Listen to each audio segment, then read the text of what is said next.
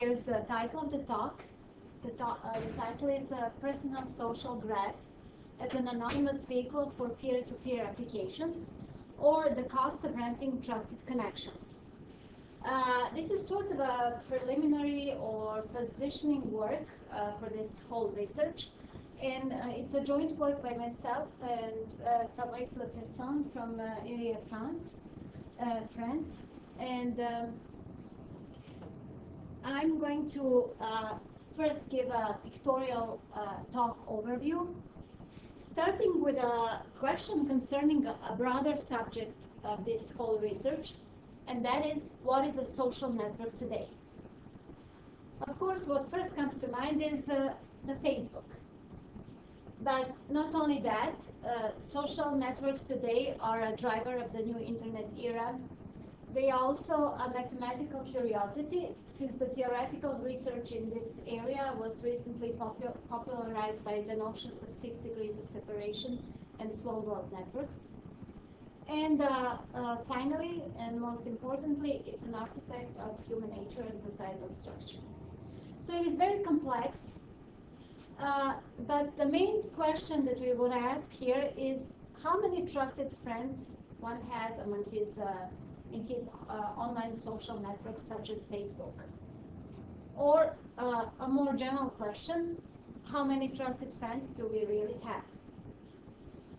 So we claim that each person has some sort of social capacity, which limits the very trusted friendships to just a handful.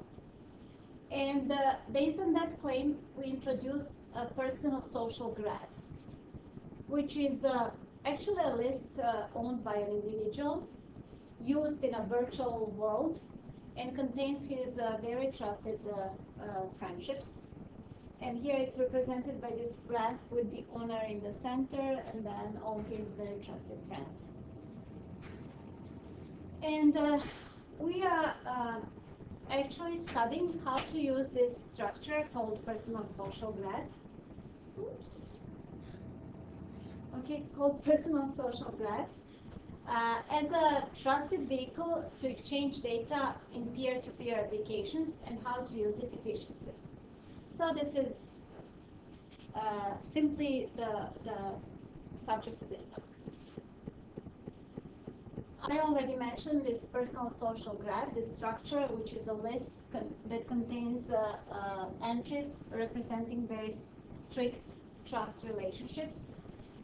Each entry consists of a friend's identity and a set of encryption keys that are established out of band, either in a real-life contact or by phone, but it's important for the preservation of security.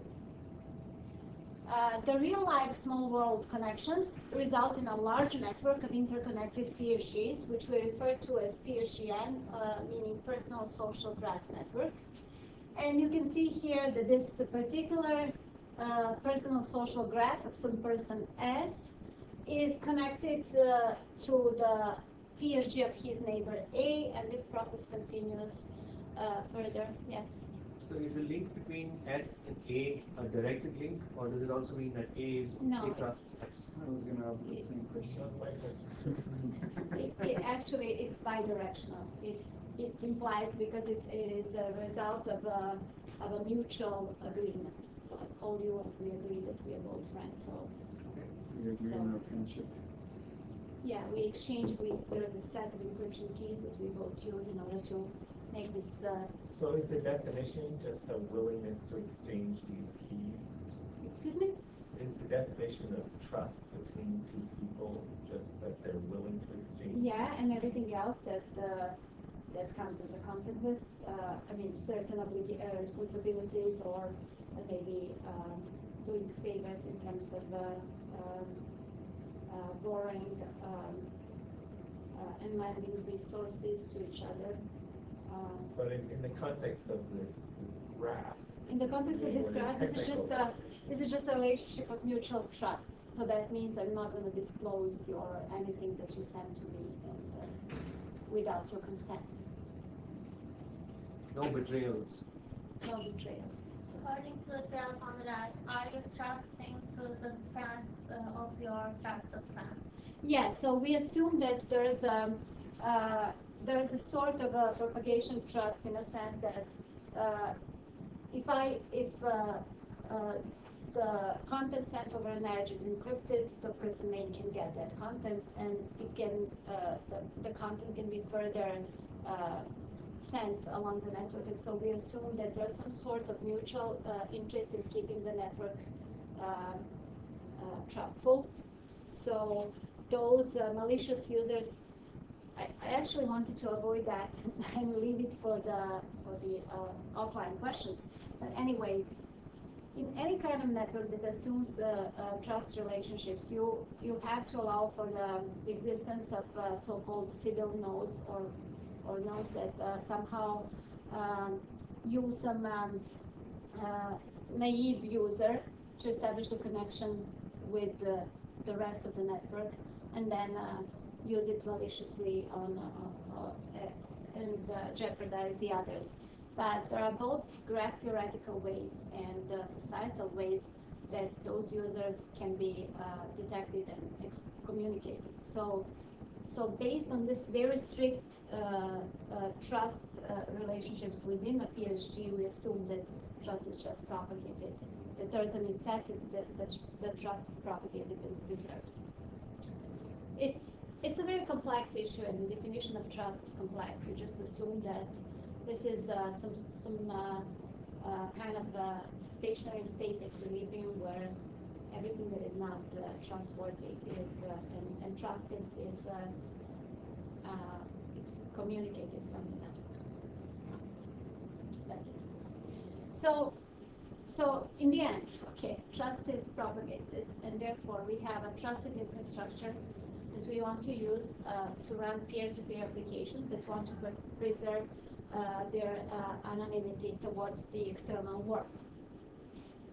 And by peer-to-peer application, we actually assume that it's a subgraph of the PSGN, represented here by those curves, which, come to think about that, really resemble those volcanic ash clouds, now that I think.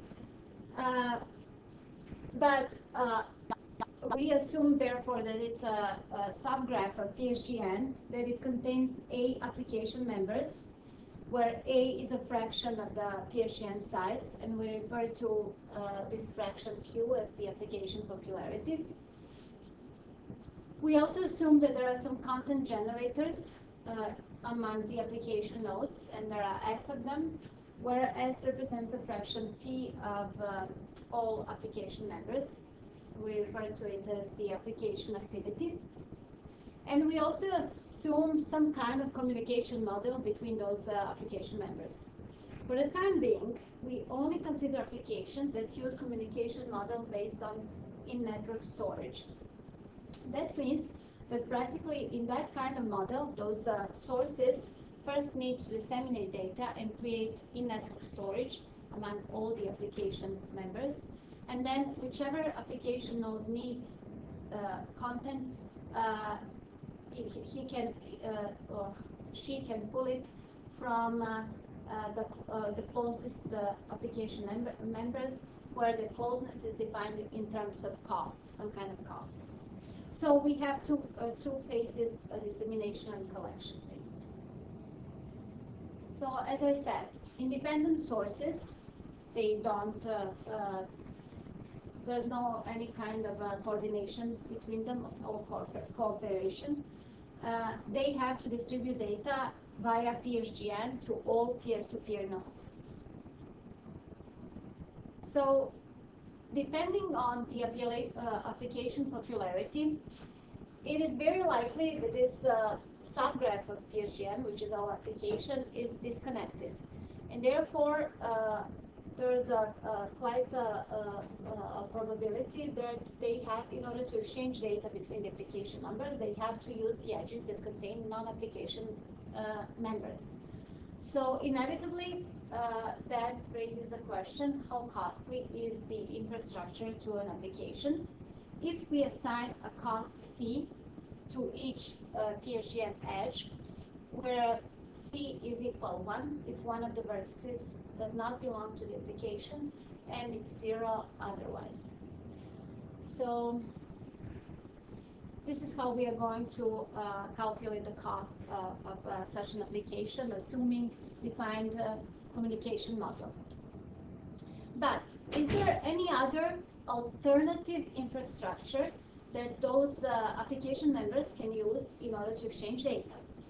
Let's see, for example, let each owner of the PSG graph ask the non-application members that are in their own graph to help them by renting the edges that are directly connected back to application. And so we have asking E for this edge, and Y asking E for another edge, and this process continues further, forming paths that we call tall paths that contain unit cost edges and that are not longer than 2 hops.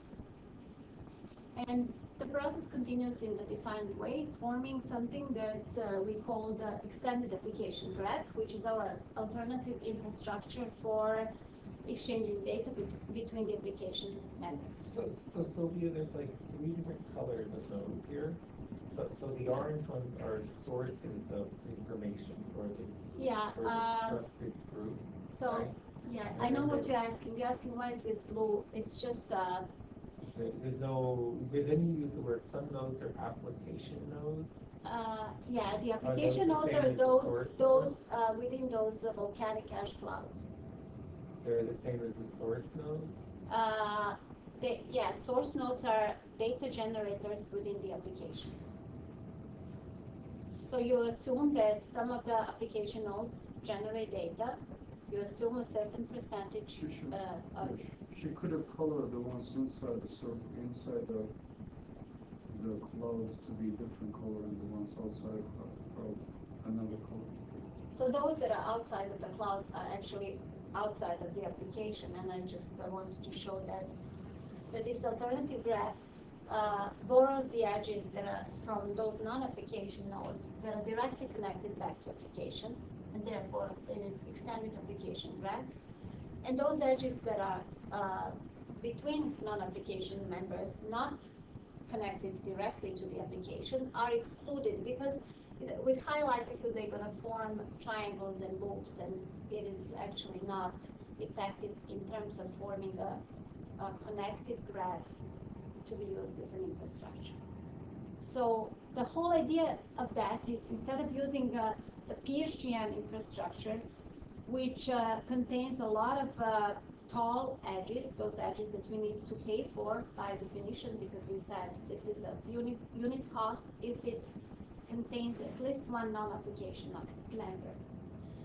So instead of using this whole graph to communicate between the application members, we just extend the application graph within the cloud to the extent that we make it a connected graph. And so the blue and gray are blue. So there's a sort of a cloud you do around the nodes, and some of the nodes on the right, they're in one application. yeah, they are. And there's only cloud. This is also the same application.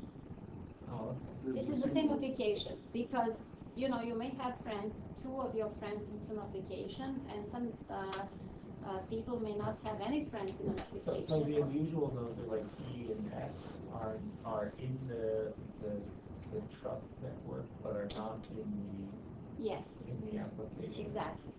They are in the trust network for those nodes, and this node, but not in the application.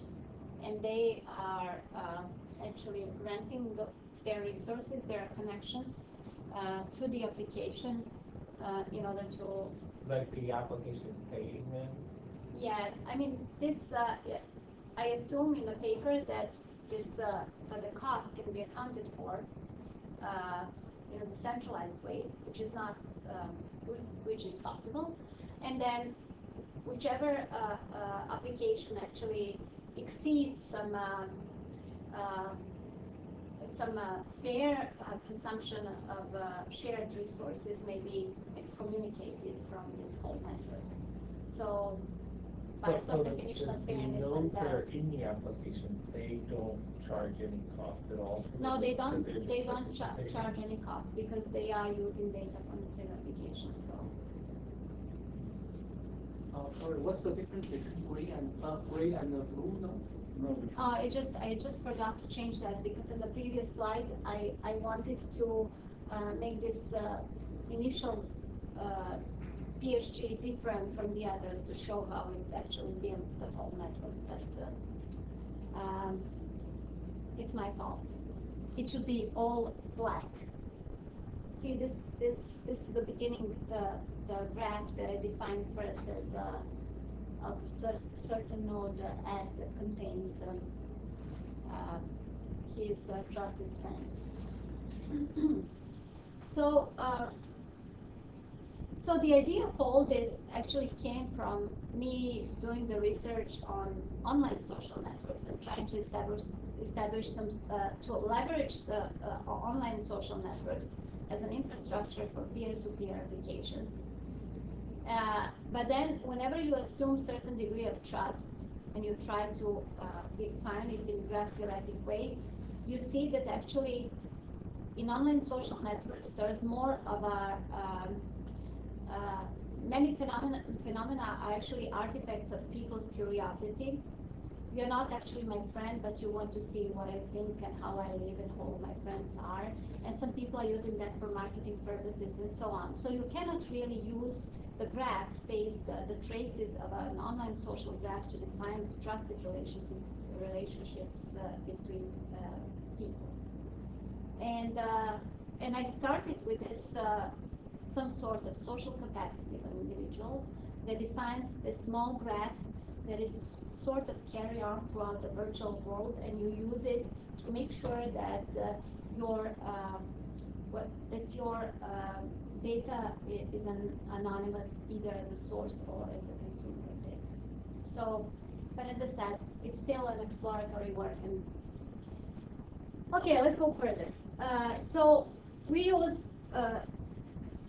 are going to study the dissemination, the cost of dissemination from those independent sources belonging to the application, both via PSGN and EAG, those two alternative infrastructures. And just a couple more facts about data dissemination. We assume that each source has unit data.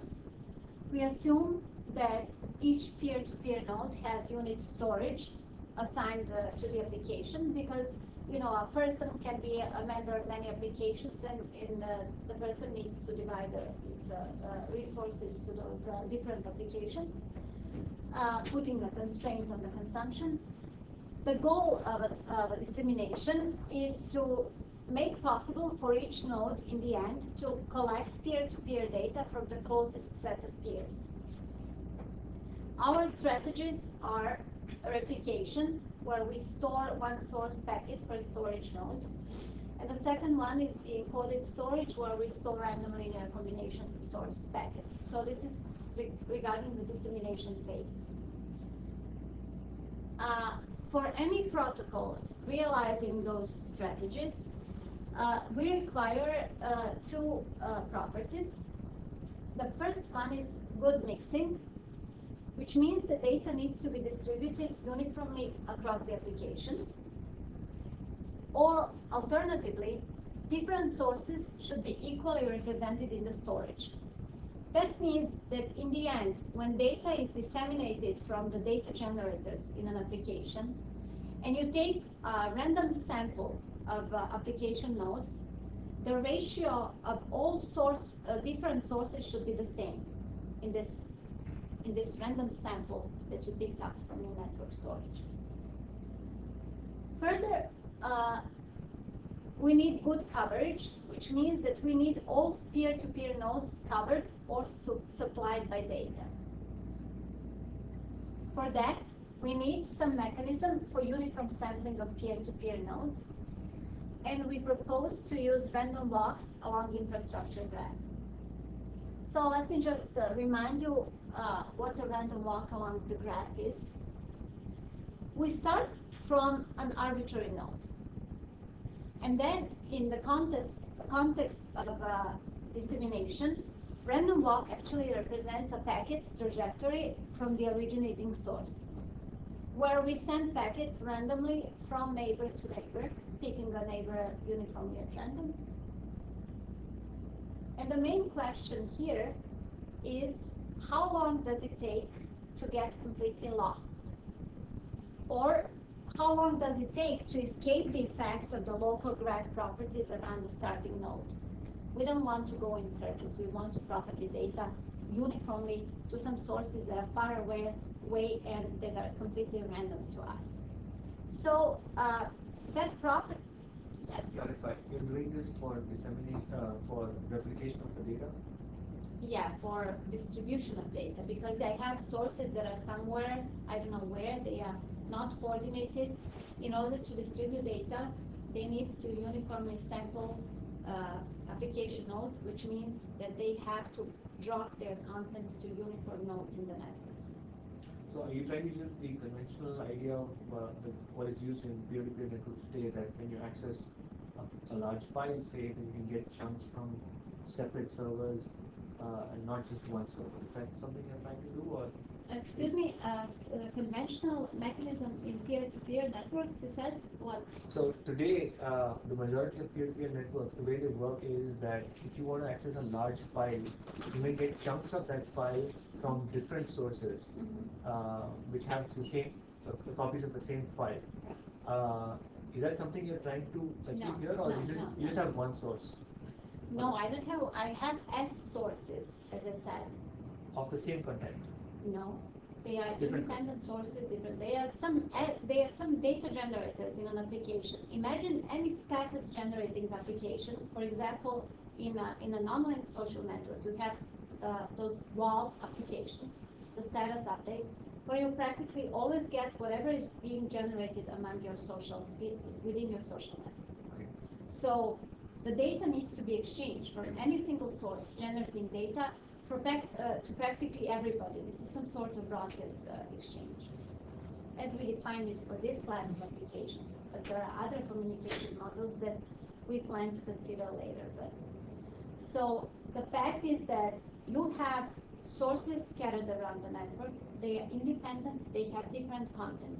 Your goal in the end, as I said previously, is to be able, if you are some application node interested in collecting application data, you want to be able to take a random sample of data and get exactly the content of everything that is generated within the application. To be able to do that in a decentralized and uncoordinated way, you need to somehow equip those sources with mechanisms to sample uniformly at random those application nodes. And sample in this context means that they're going to send their packets around the network and drop it at a uniform node. And we use random walks in order to do that. And now I'm trying to explain some very important features of a random walk that are facilitating fast uniform sampling of nodes. So why can't they just unicast the data to every single node? Is that because it's too resources intense? Because that is going to. I can do some back on the envelope calculation, but this is too expensive. Sure. So okay, yes. So that property, the time that we need to get to escape the effect of the local graph properties is called the mixing time, and is a property of the graph structure. It defines actually the time that a random walk needs to select a uniform node from the graph. So I think I should skip the next two slides explaining the mathematical background of mixing times. just finishing with that the mixing time practically defines the time needed to get very close to the uniform distribution of a node encountered after T hops, where T is the mixing time. But let's just skip that. I have that for another talk in 2 days, actually tomorrow. So the mixing time is a property of a graph. And the graphs that have short mixing time, the short time needed to select a node uniformly at random, are called small world graphs. In layman words, small world property means that most nodes can be reached from every other node by a small number of hops along the graph. It's usually between 6 to 7. That's why people use 6 degrees of separation, and it's been actually scientifically proved that that's the average time that you need to from any node to reach a random node in a graph that has small world graph properties. But besides this small world property, to quickly drop our content to a random node, we need other properties for the PSGN network, and these are clusterization and non-preferential attachment. I'm going to give the existing small world graph models and explain those properties and actually justify the model that we selected. The oldest and most famous model used for small world graphs is so-called Erdős and Renin model, which does not model clusterization that we need. The clusterization in our network means that actually reflects the fact that a friend of my friend is usually my friend. So there's a certain degree of clusterization inside the PSG, personal social graph.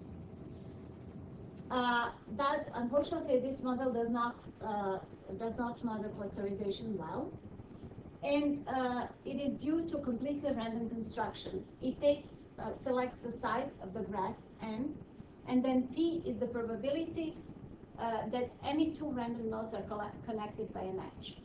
So obviously this is not a good enough model, even though it has small world properties.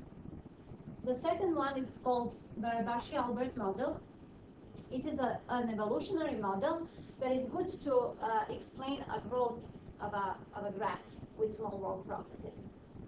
It is actually very good for online social networks because it models preferential attachment well. And preferential attachment is actually when a node has a high degree or a large number of friends, then it is much more likely to acquire new friends than nodes with less friends, which by definition we don't have in our graph. So the next model that we consider. By definition, you don't have what? We don't have any growth model. So the Climber model is fairly good, but it introduces geographical distance that influences clusterization. So practically it says, okay, yeah, the friend of your friend is your friend as well, but depending on how far away he lives from you, which we didn't want to model for reasons of simplicity. Finally, the model that we picked for representing PSGN properties is Strogatz model. It is random enough, it's clustered enough, and it is simple with no particular distance metric. So here's the model that we used for simulations of the PSGN infrastructure. And I'm going to first explain the construction of that model, and along the way I'm going to point out to some important properties that we used and what it means in the context of our social network. So we start with a regular ring lattice of degree 2k. It looks like that. In this particular example, we used n equal 30 and k equal 4. Here in the close-up, you can see that the degree of each node is equal to 2k or 8. That means that the probability distribution of this graph is Kronecker delta function at 2K. Next, so this is the start of the construction. Next, we use the third parameter describing this model, apart from the size of the graph and the degree of the nodes. The third model defines the fraction of edges that needs to be rewired. And by rewired, I mean you take uniformly at random this fraction of edges. You disconnect them, and then you reconnect them with nodes selected again uniformly at random. As a result, from this graph, we obtain that graph.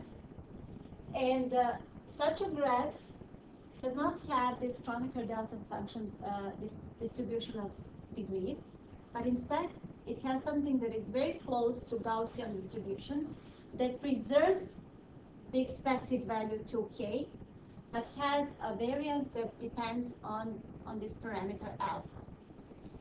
Parameter alpha is an important parameter for small world property because it actually models the fraction of independent edges a node has. And in the context of our social graph, those independent edges are actually independent compartments of a person's life. People's lives are multifaceted. You have friends from early childhood, friends that are part of your family, and your professional colleagues, and they usually don't have anything to do with each other.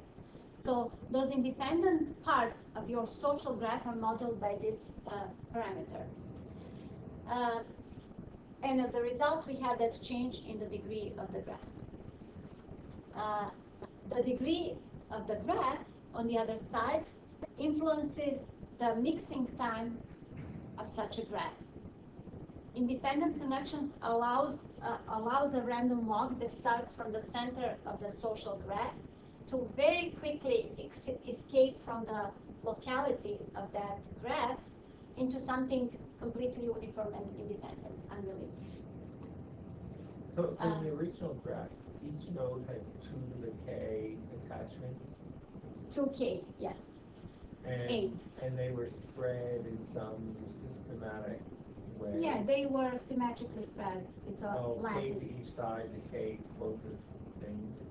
And then you converted that by taking 1/3 of those edges. For each one, you flip a coin with probability 1/3. Exactly. Take it and reroute it, so it's on the average 1/3, but yeah, on the average, yes.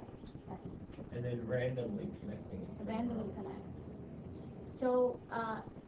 So when you're all done, some people have more connections than others. Yeah, as you can see here, instead of having everybody having 8 friends, some person here has 13 friends, and that's the maximum for this graph. This is practically the consequence of this. Just you choose an edge. For every edge, you throw a coin, and then you throw another coin, 1/2, to see which one you're going to touch. What do you mean? So 1/2 you're going to be. For each, if you start going by nodes, you go by edges. Yeah. Oh. Actually, that's what I did. I went by edges. But you have Because to double. if you go by nodes, but that's just the mechanics. it just don't help to the mechanism. Yeah. So anyway, the rest of the connections, 2/3 of the connections, they stay clustered in the same way as the initial graph. As you can see at the beginning, we have a high degree of clusterization because if I'm friend with this guy, then I'm also the friend of his first hot friend. So that clusterization is also an important aspect of people's connections because you usually have that phenomenon present in everybody's life that friends of your friend is also your friend. So we have 2 things covered. And of course, by definition of this, you don't see any growth model. There is no preferential attachment. Although I have to point out that I use k, that is a slope function of n, because I wanted to model the adoption process. Meaning, as this this infrastructure becomes more popular and starts being adopted by the population, more of your real life friends are going to be part of this virtual life social vehicle that is called personal social graph. And I used the N from 1,000 to 4,000, which I think is very, very much smaller than what PSGN should in fact be, should grow and become a universal infrastructure by the concept. So anyway, this is what we used in our simulations and also in our analytical results instead of PSGN. Okay, now we saw that we have a small world graph, that PSGN is a small world graph. What kind of graph is the extended application graph? That's a very tricky question, actually. We are going to try to examine that by examining the degree of stored linear combinations of packets. Now I have to remind you of a couple of things, so be patient. Just for the beginning, this is what we obtain by using the encoded storage strategy over the PSGN infrastructure, and this is by using the encoded storage strategy over the EAG infrastructure. And now, what the encoded storage strategy means, let me remind you, I said at the beginning that we use replication as a strategy for dissemination, and another one which is encoded storage. So this encoded storage actually means the following, and I'm also going to explain why we need such a thing. Okay, so we have our S content generators. Because they are all created equal, they are going to send equal number of replicas along the infrastructure using random walks to application nodes, which we have A, that are uniformly that are selected uniformly at random, and we select them by running random walks long enough according to the mixing time of our graph, which is short. That means after approximately 6 hops, we are going to encounter a random node. We drop the packet here. Another packet is dropped from another source. The guy here, the application node, combines that into a linear combination, whatever it receives. And those linear combinations are here represented by the columns of this matrix. So what we want to achieve with this? We want to achieve, in the end, in the collection phase of our data exchange, that when a person that is a member of the application takes a random subset of nodes of size S, which is equal to the number of content generators. So, for example, 10 nodes in the network, in the Facebook, are generating their status. If I take 10 random nodes around me, I'm going to get everything that is generated in my social network. For example, if the social network is an application of our infrastructure, because it can also be considered an application. I mean, online social network. Imagine Facebook as an application with particular, I don't know if you are all present there, but anyway. So the goal, yes? Silvia, does this then become a type of fountain code, the description? Yeah, it can be a fountain code, but it doesn't have to be. I'm going to explain just the rationale, very narrow motivation why we use here, but it can be expanded if you add more of your design constraints and requirements. So our goal is just to be able to, in the end, allow facilitate collection from the smallest possible number of nodes, because you want to disseminate data from data generators, but do you click every day on your Facebook and check the status of your friends? No. So you're gonna leave the collection separate from the dissemination, and let the node choose when he wants to collect data. But when he collects data, you want that to be efficient from the smallest number, from the smallest input, let's say. So in order to be able to do that, we practically need to create a MDS code, and this the minimum distance separated code can be created in such a scenario if we send from each source C log A replicas. And this is proved in the paper by Decentralized et al., where the low bound for C is 5A over S. Again, for our notation, where A is the number of application nodes and S is the number of data content generators within the application. So if we do that, then with high probability we can achieve this. If we, on the other hand, send only log n of A replicas from here, by the coupon collector model, we're going to be able to collect all the generated content from S different sources in the collection volume of S log S. So we need to collect more in order to get all the whole generated content, which means S different packets. So this is kind of a trade-off between those two. But here, for this one, this is our encoded storage strategy, and this second one is the replication strategy. So just wanted to make this digression, although. So let us go back to our examination, to our lab, comparing the degrees of combinations formed in our encoded storage, where a degree of a combination is just the number of different packets in a linear combination.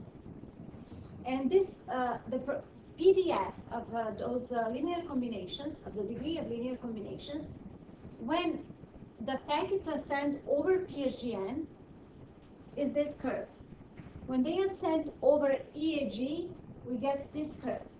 Now I put this blue graph just as a reference to be able to see those juxtaposed graphs, that actually the second graph is shifted to the right. Even though in both cases we sent exactly the same number of replicas from all S sources. So the infrastructure graph did something in between. What is the y-axis? Excuse me? What's the y-axis? The y-axis is the degree. The y-axis. It's the PDF, so it's probability. Yeah.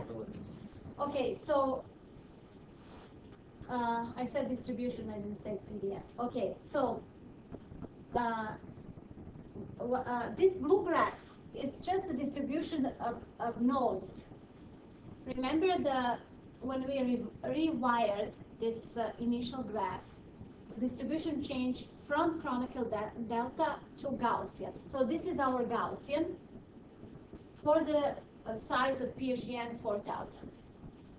And I just wanted to compare that with the degree distribution of linear combinations. So which is better? So let me just, which is better? I don't know. There is no, right now, both result in what we designed for. In both cases, I was able, by simulating it, to pick any S nodes and in the in-network storage and to collect all S sources. So that is achieved by, I don't know, this Decentralized bound that I applied, number of replicas sent from the network. Do you want the mean to be higher or lower? The mean? Well, ideally, So the mean needs to be a log A, as it is in LT, in fountain codes, because fountain codes are also MDS codes. But they have this very nice triangular structure so that you can quickly solve the equations. So the higher number of, the higher degree you have, I guess, it doesn't mean anything to you, just more complication, probably higher complexity. The reason why this happened, though, and that's the important point, is that, so the mean degree shifted from 2 log A to 2.5 log A here. And it's the best case. And the reason is that in ESG graph, peer-to-peer nodes have all their edges active, meaning all my neighbors are helping me because I invited even non-application members to help me. And therefore, the degrees of application nodes are the same as here in PSGN. However, for non-application nodes, their graph is severed. The graph only has edges that are connected to the application. If you can remember, I can go back to show the... Okay, remember there was an edge here that we didn't use because this is the edge between two non-application nodes outside of the clouds. So those non-application nodes, they actually have less degree, smaller degree than they used to have in the PSGN. And so the random walks are biased towards nodes with higher degree, and these are peer-to-peer nodes. These are the application nodes. So when you let the random walk go around the network to drop the packet, it's going to be biased towards application nodes because they have higher degree. This is sort of the preferential attachment here. And therefore, we have a shift to the right for ESG because more random walks actually ended up in application nodes than designed, than expected. So earlier you described this idea that nodes that are not in the application will have links that have a non-zero cost. Right? Yes. C equals 1, and then links that belong to nodes where both nodes are in the application and zero cost. Where did that get used, that idea? Did that get used in somehow in the... But I'm not discussing cost yet. Okay. So So now I'm just discussing the properties of the graphs. On one side, we had the small world graph. On another side, by those, these actually the artifacts of and you did so on two different graph structures, you did the random walk. Exactly. And this graph is obviously different, and we should expect different results in both the quality of distribution data and, of course, the cost, because it has smaller number of tall edges. Tall edges are the edges that have unit cost. So we are comparatively evaluating both those infrastructures. Those non-application members that borrow those edges are called also helper nodes because they are solicited by the application members to help. And as we have seen, they actually have smaller degree than the application nodes. But also, their degrees change with the size of the network and the network popularity, application popularity. And you can see that for the small application popularity, there's an effect, a percentage of nodes that don't help anybody because they have degree 1, they are dead end, they're just hanging around and they don't have the way back to the application. So they are not making a disconnected graph connected, they're just there, not doing anything. But as we increase the population, the application popularity, the distribution of those helper degrees becomes similar to peer-to-peer nodes, to the original PSGN graph, actually becomes binomial, and that very quickly becomes very close after 15%. So when you talk about degrees here, are they node connections or they're degrees of the packet stored?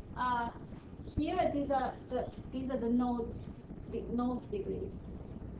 Okay, so So you might Active wanna make- degree is the number of edges that connect a node to the application. Yeah, so you somehow you have to make that clear distinction between the graph before and the graph now. Okay, yes. Okay, so, but it just shows that depending on the popularity of an application, those nodes help more or less because they have different, here they obviously don't help at all with those edges. With this percentage of node doesn't help at all. Here, we don't have degree 1 edges at all, and because it resembles EAG, it becomes a small graph very quickly, and has those good properties of a small world graph that we want. Okay, so application coverage is practically one of the properties that we want. And here the question is actually, does each peer-to-peer node gets to store some data, which we want? We don't want empty nodes. For the infrastructure, PSGN infrastructure and replication dissemination, we have that approximately 10% of nodes are not covered, which is not good. For the encoded storage, because we have much higher diversity, we cover almost everybody, even over PSGN. For the ESG, which are diamond curves here, this curve and this curve, we have much better application coverage.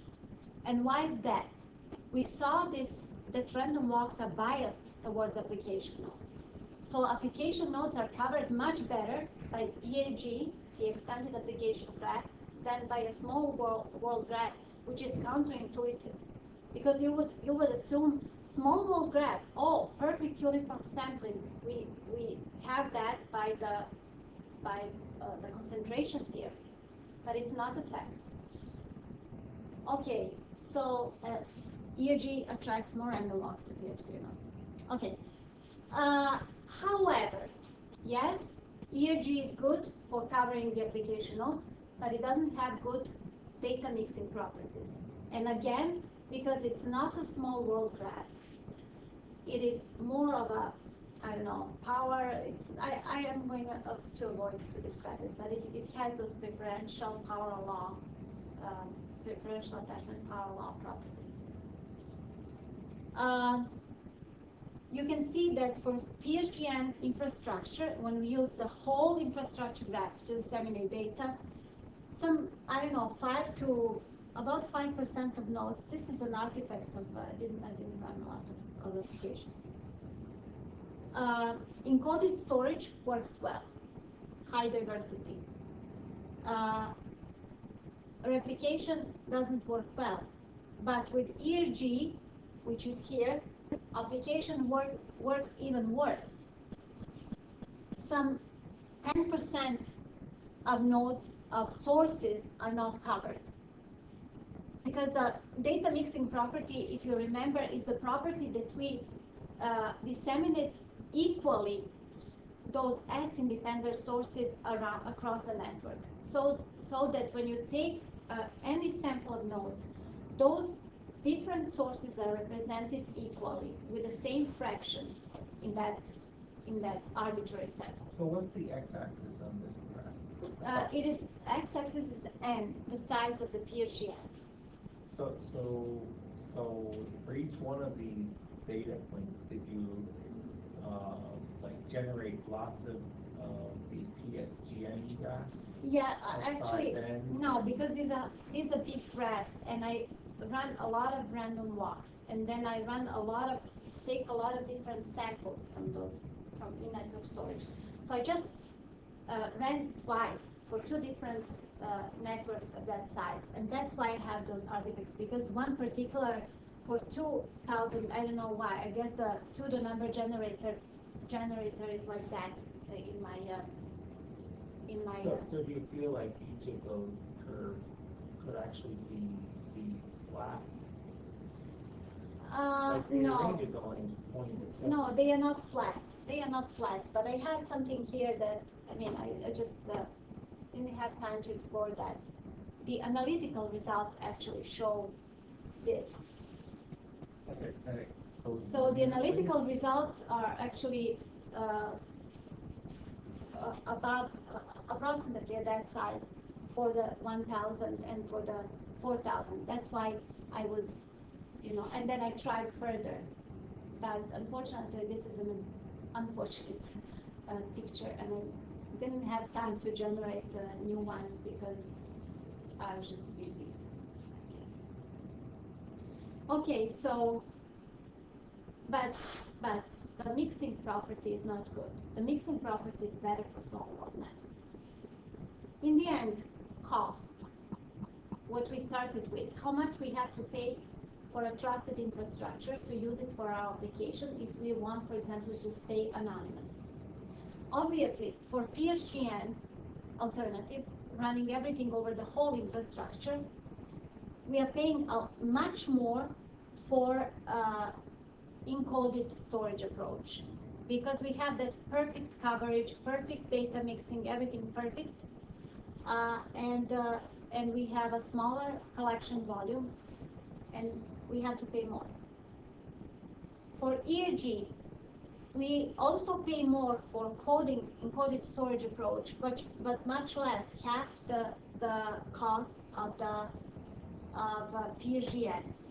And finally, both ERG and PSGN cost much smaller, much less for the replication. So here's the ERG. So ERG is less costly, of course, because we use a smaller number of tall edges. We just sample whatever we need to. And encoded approach has perfect mixing and storage coverage, and therefore it has to cost more. So conclusions. So wait, you're saying somehow the replication is a low-cost strategy? Yeah, because the replication, for the replication, I used theoretical bounds. I used by the coupon collector model that each source needs to send of order log A replicas. While in order to create an MDS code in encoded storage, you have to send more replicas because of the combinatorial requirements. You need to have a lot of perfect matching in graphs. I mean, I don't. So it's just it's a stricter requirement, and therefore you have to send more replicas to have this enough statistical samples to create what you actually need. I don't know. That's in layman words explanation, but there's a proof behind that. So we did send many more replicas of the packets, and each replica is one long trajectory. Not long, but for example, for small world network, order of 6 in order to sample one node. Okay. Do we have 2 minutes for me to just explain? Yeah. Okay. So here's the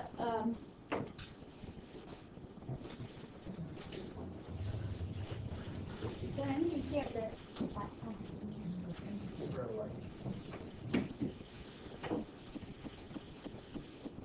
okay, so here's the mechanism how I distribute data.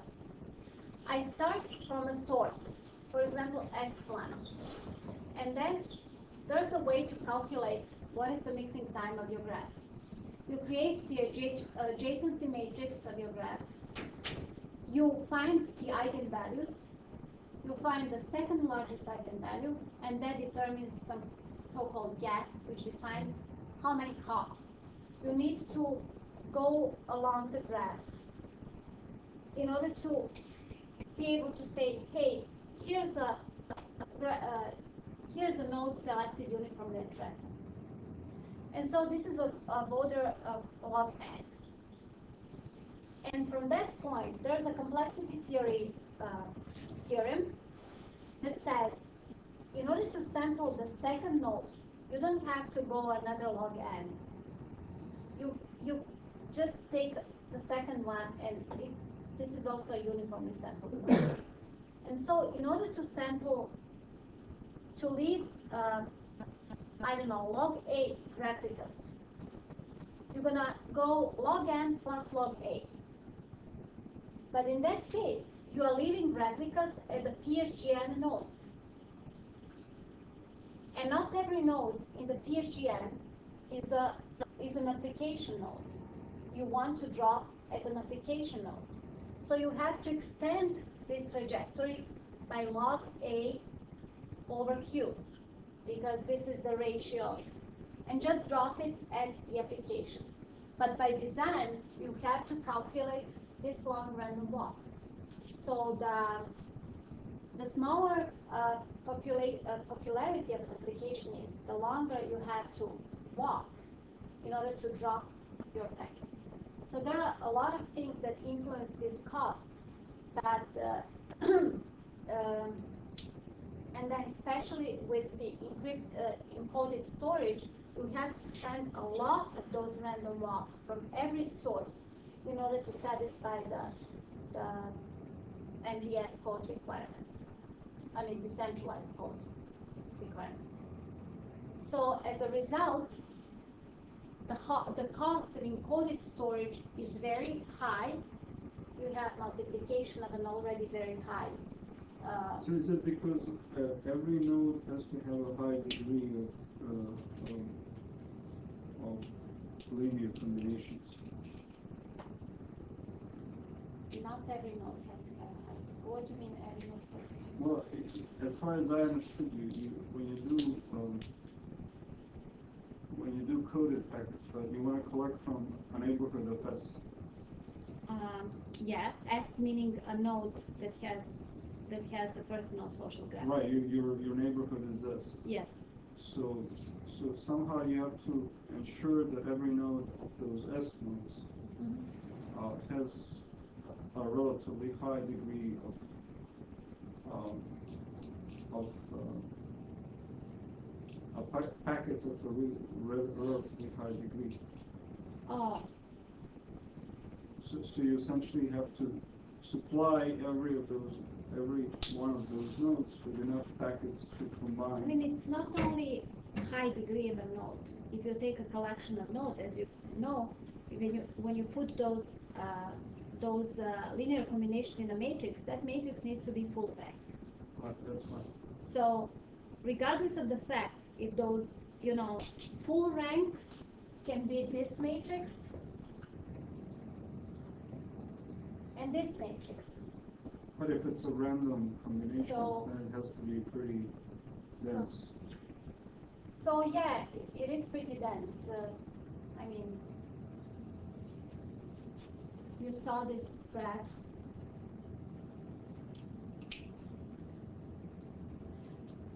Okay, so I don't know where I am. So But what's at your least I conclusions? explained the conclusions. Okay. Yeah. Okay. Okay, we considered only the first phase, dissemination. The reasons why I didn't include collection cost analysis is because the analysis is complex due to diversity of collection mechanisms.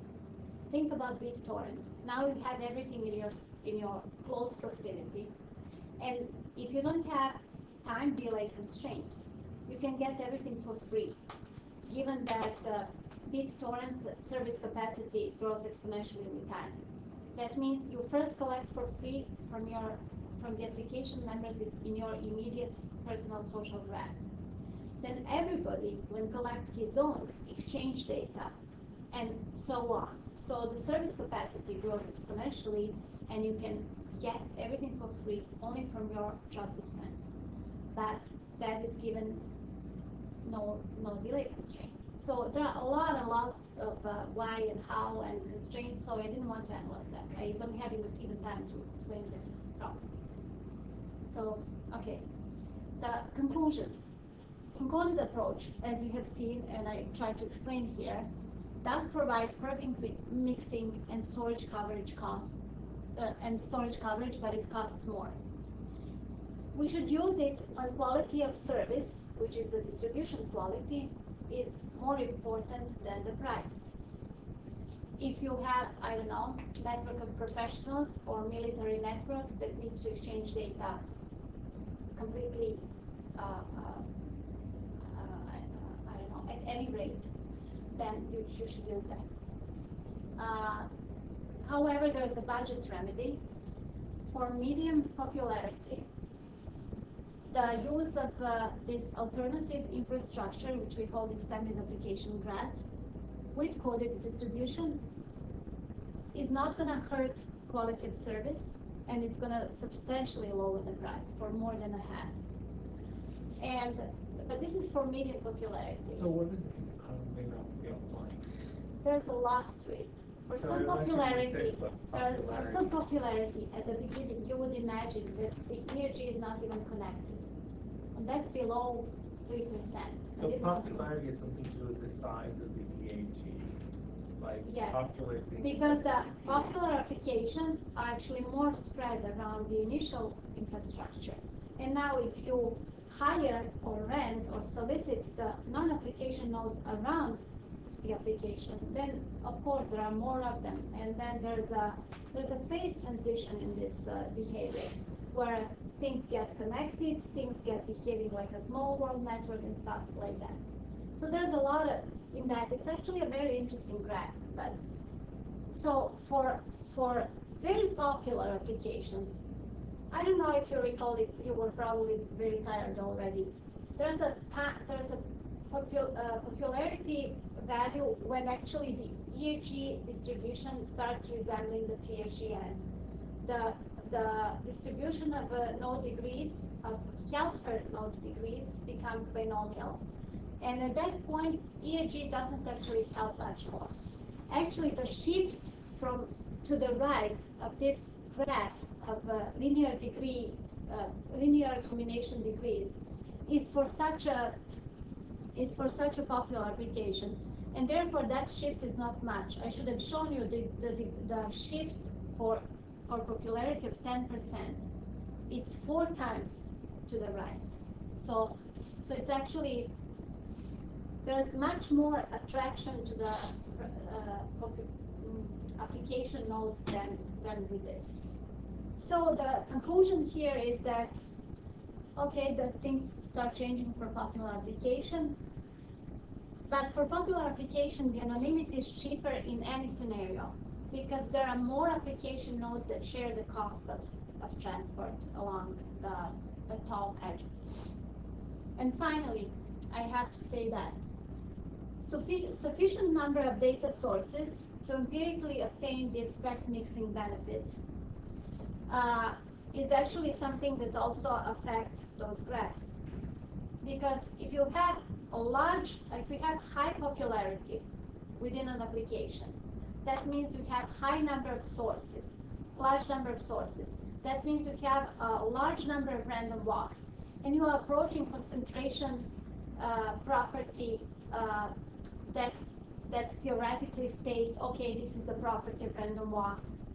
It achieves this and that distribution of sampling a graph.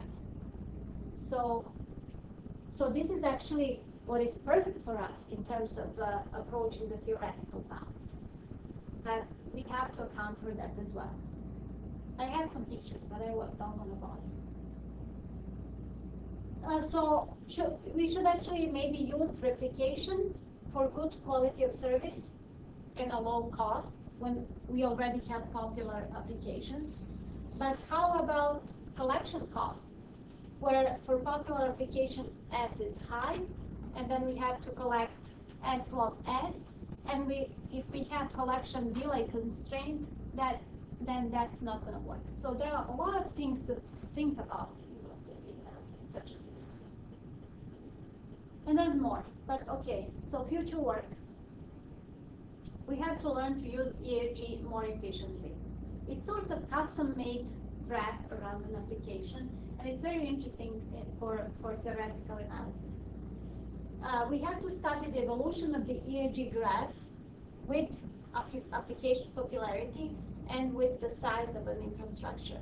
When it shifts from power law degree to fast mixing, and also where is the popularity threshold for which EAG becomes connected? Because for very low popularity, below 3%, I'm talking here very ballpark. it is disconnected. So we have to get it connected, and then we have to see where it starts mixing well enough, because there's a very sudden change in that, and that should be actually used, leveraged by the application, by the design. Now we have to study optimal dissemination for non-uniform distribution of peer-to-peer nodes. I guess you all figured out by now that I studied uniform distribution of application nodes. It is very tricky. We should, for example, study, and I think that EAG can help a lot, this other approach in that, where you have, for example, interest-based communities, and you have to analyze that as an application on top of some larger graph. Whether we can use infrastructure topology control in that, I think yes, but it's just arbitrary for now statement. And we have to define elementary communication models for relevant peer-to-peer applications. Like, you don't always have what I assumed here, dissemination and then collection. You have some multicast, you have maybe, I don't know, a lot of different, or some kind of a BitTorrent protocol that gradually increases the amount of sources, things like that. So it's worth exploring. And more. This is the end. I thank you and your trusted friends as well.